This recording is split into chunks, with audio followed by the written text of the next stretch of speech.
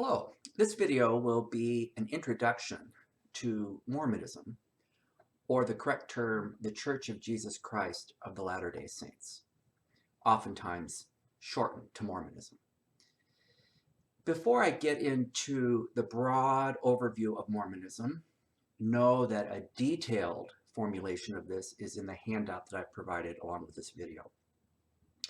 Mormonism in its theology and history is too rich and complex for me to somehow edit down to 15-20 minutes. I'll do my best, but please know this is not meant to be exhaustive. But even before we get to that, the big idea here is that the next videos now will show what I call homegrown religions. That is, religions or branches of Christianity that began in the United States and only could have begun in the United States. This is because back in Europe, in the countries we've learned about the Reformations and Christianity there was a phrase in Latin that translates, "As goes the king, so goes the country." And that simply means in Europe at this time, there wasn't a lot of religious tolerance. If the King of France, King Louis, was Roman Catholic, he could declare all of his subjects were to be Roman Catholic. If you didn't want to be Roman Catholic, you had two options. You could convert to Roman Catholicism, or you could flee to another country that would accept your religion. If you stayed, for those of you that are familiar with French history, you can see what happened to the Protestants if you research the St. Bartholomew's Day massacre. Because the king declared what the religion could be, or the queen. And this happened in pretty much all the European countries. And so they're refugees fleeing to those crowns that would accept them because of their religion. Not so in the United States. The big idea of the United States, the great experiment, as de Tocqueville would later call it, was separation from church and state. In America, there would be no law that said you have to believe in this religion or any religion. You were free to believe whatever you wanted, and you were free to believe nothing. There are no laws that you could appeal to or invoke in the court of law. So in the United States, if I say I'm a Unitarian and don't believe in the Trinity, you can't take me to court and say, "Judge, he's believing the wrong thing." The United States does not use your taxes to build mosques or churches or synagogues. We don't have rules about anything about religion, a complete separation. So when new religions began, like Mormonism, you see, there was nobody here to say, you can't teach that. You can't do that. You can't put a sign in your yard that says you're a new kind of church. There are no laws. This is the big idea of the next videos about the homegrown religions. They only could have begun in America. In Europe, they would have been shut down. Which brings us to the story of Joseph Smith. He's born to some farmers in the Ohio Valley. His dad's not doing so well, so they moved to up near Palmyra, New York, at the beginning of the 19th century, 1815, 1820-ish. And in the small town of Palmyra, where Joseph Smith would go to church with his parents every Sunday, I believe it was a Presbyterian church, he noticed that on the north was a different denomination claiming to be Christian. Maybe it was Lutheran. On the east, there was a Catholic church. On the west, there was a Methodist church. On the south, a Baptist church. And he began to wonder to himself, how could all these churches claim to be the church, and yet there's all these expressions? So he went to the woods and prayed to God that God would show him the true religion. And Joseph Smith said that it was in this wood that he had a vision of two personages, later identified as God and Jesus, who came to him and said, "We have been waiting for such a day when we could declare a latter-day prophet, such as you, Joseph. Your heart is right. You're asking the right questions, and we will answer your prayer." They said that the church that he saw was living in a great apostasy, and that would be revealed to him, and the truth. But he had to be patient.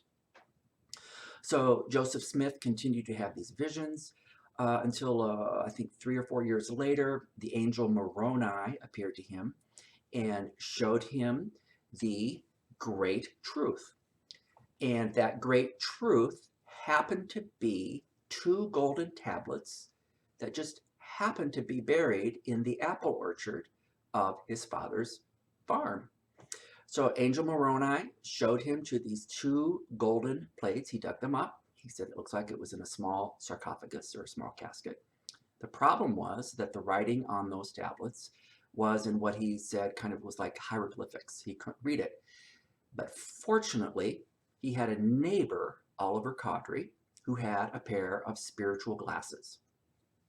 So Joseph Smith and Oliver together translated these golden plates. They would use the Urim and the Thummim, which are mentioned in the Old Testament, big dice used for divination by the Old Testament priests.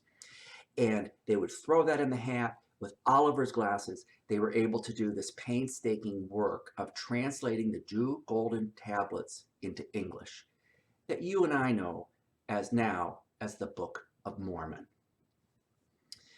By the way, the golden tablets are not to be had anymore. There's two theories I've heard. One is that Joseph hid them because he was worried that people would be more interested in its lucre or its luster, its value as golden tablets than its message, and then they were lost. The second theory I've heard from Mormon friends is that the angel Moroni, after they were translated, took them back with the angel into heaven. So very briefly, what does the Book of Mormon reveal? You can read it on your own, but to generalize, in addition to the Bible, the Book of Mormon predates the Bible. And that's why Christians have been living in the great apostasy. They didn't know the whole truth. And the whole truth from the very beginning of time, as revealed in the Book of Mormon, is that civilization, the Garden of Eden, the Tigris and Euphrates, was actually here in North America. There were two, the Garden of Eden, by the way, somewhere in modern-day Missouri, and the Tigris and Euphrates are thought to have been now what we call the Ohio, Mississippi, or something like this. And there were two major tribes, civilizations that grew up and warred against each other. And to memorialize this event, one of those soldiers wrote down the history of all of this on these golden plates, buried them in what is now upper state New York, Palmyra, and that's how Joseph Smith came upon them with the direction of the angel Moroni. The reason mainstream Christianity believes the Eden and the Tigris Euphrates is in the Holy Land, as we call it today, is because during this warring, one of those people escaped, traversed the Atlantic with the story of the Bible and so forth, as we know it, Eden and Adam and Eve, went across the Atlantic in a canoe, landed in what we now call the Holy Land, and began the story there, and then people erroneously thought that that was the beginning place also of the story. So the Book of Mormon clears all of that up, that this is how history started, and it's read by the Mormons in addition to the Bible. A couple of other things then that Joseph Smith will go on to elucidate in two later works, the Book of Doctrines and Covenants and the Pearl of a Great Price, which is simply his autobiography. But in the Book of Doctrines and Covenants, then, he spells out some of the more nuanced beliefs of Mormonism. And I'm going to boil those down to three.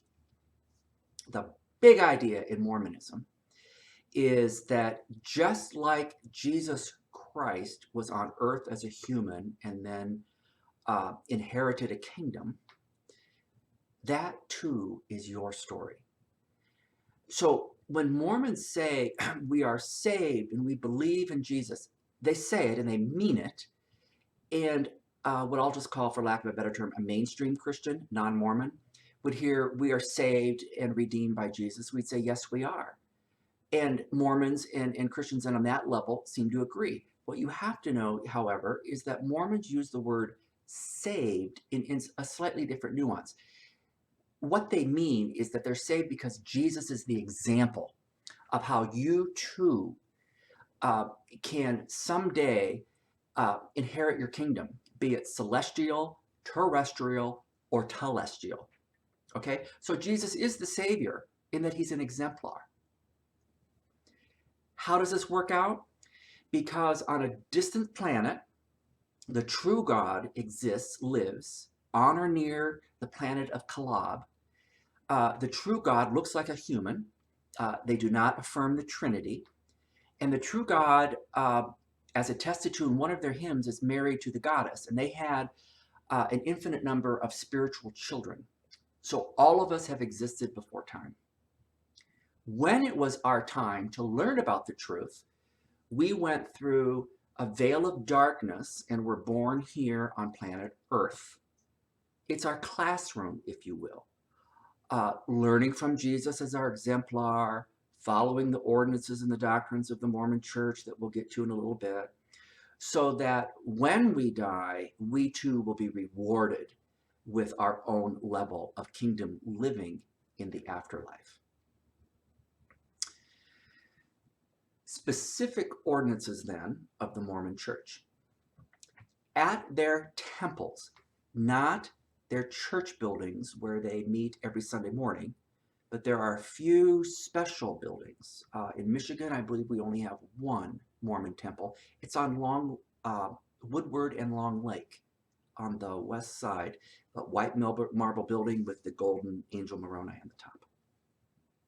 In that temple, Mormons must get a temple warrant in order to enter. A temple warrant is gotten if you tithe regularly, if you abstain from hot drink, if you abstain from stimulants, if you're wearing your temple garments that we'll get into later. There's requisites, and you get a temple warrant. You can go into the temple then. When you go into the temple, you go to different washrooms, men and women. You bathe and you put on your temple garb, which is all white. And in the temple, only two special ordinances are observed of the Mormon Church. One is proxy baptism of the dead. Mormons will baptize relatives into the Mormon faith because Joseph Smith kind of reasoned it's not fair that they died before knowing the truth. So it's kind of a chance, even in afterlife, that your living relatives who know the church truth can baptize you into the Mormon faith. After 99 years, if nobody has baptized you from your family in the afterlife, then anybody can baptize you. And the second ordinance is the sealing of marriages. When two Mormons with temple warrants go to the temple, they can have their marriage here on earth sealed for eternity by the prophet. Again, in brief, that's Mormonism. Now, Joseph Smith reveals all of this in Palmyra. You can imagine this doesn't go over well, especially in Dutch Presbyterian Reform Pennsylvania. He leaves. He doesn't care. He wants to get to Missouri anyway, because this is the site of the true Garden of Eden. So he takes a band of Mormons, now called, along with his brother Hiram, and they go, you might have heard of St. Joseph, Missouri. Long story short, they don't last there long either. They're not tolerated well. They go back right across the Mississippi to Ohio, and they found the city of Nauvoo, which is a Hebrew word that means beautiful heaven. And there he builds the first Mormon temple. Along or about the same time, we enter the phase of Mormonism of polygamy, or as they refer it to, and we should too out of respect, plural marriages. They considered it a practice of the Old Testament, therefore it was kind of biblical. And the idea, again, too, was to progenate the spiritual children for your level of kingdom living in the afterlife. Well, that was good on paper, except when the prophet, Joseph Smith, had gotten up to about 41 wives, all of whom were the wives of people who moved with them. The husbands kind of said, we didn't sign up for this. Joseph and his brother are jailed, And while they're awaiting trial, I think the official charge was creating civic unrest. They were murdered. Mormons will use the word martyred by other Mormons. It was the husbands of these wives who were angered. And so Joseph Smith died and was buried, and I think his brother Hiram also, he was in jail with him, in Nauvoo, Ohio. Now the group that's left said, we can't stay here either.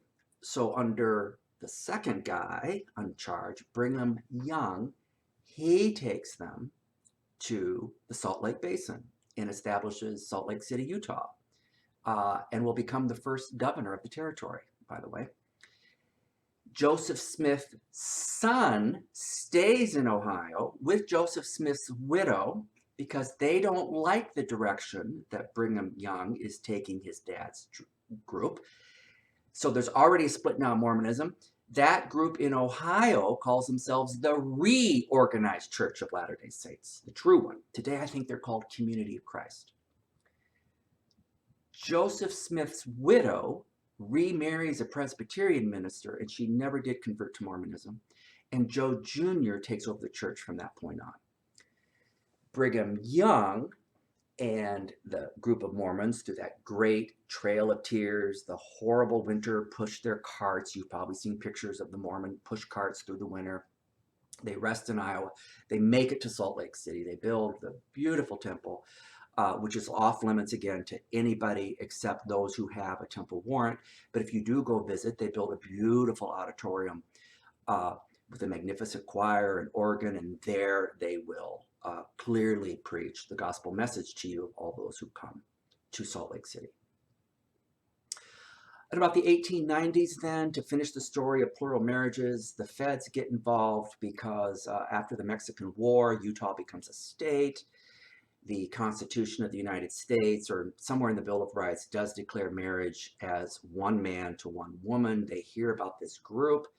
The Mormons say, but we're in America. We have freedom of religion. We can do whatever you want. It escalates. We send troops to Utah, but before any blood is shed, the Mormon Church will officially take away the teaching of plural marriages. And they did it, I believe, by declaring such language, not that it was wrong, but that it had run its course kind of language. So today, plural marriages is not a teaching or observance of the official church of Jesus Christ of Latter-day Saints.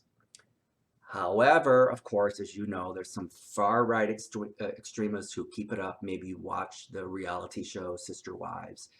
That would be that far-right remnant still left, but we should not paint all Mormons as such, at least not since the 1890s.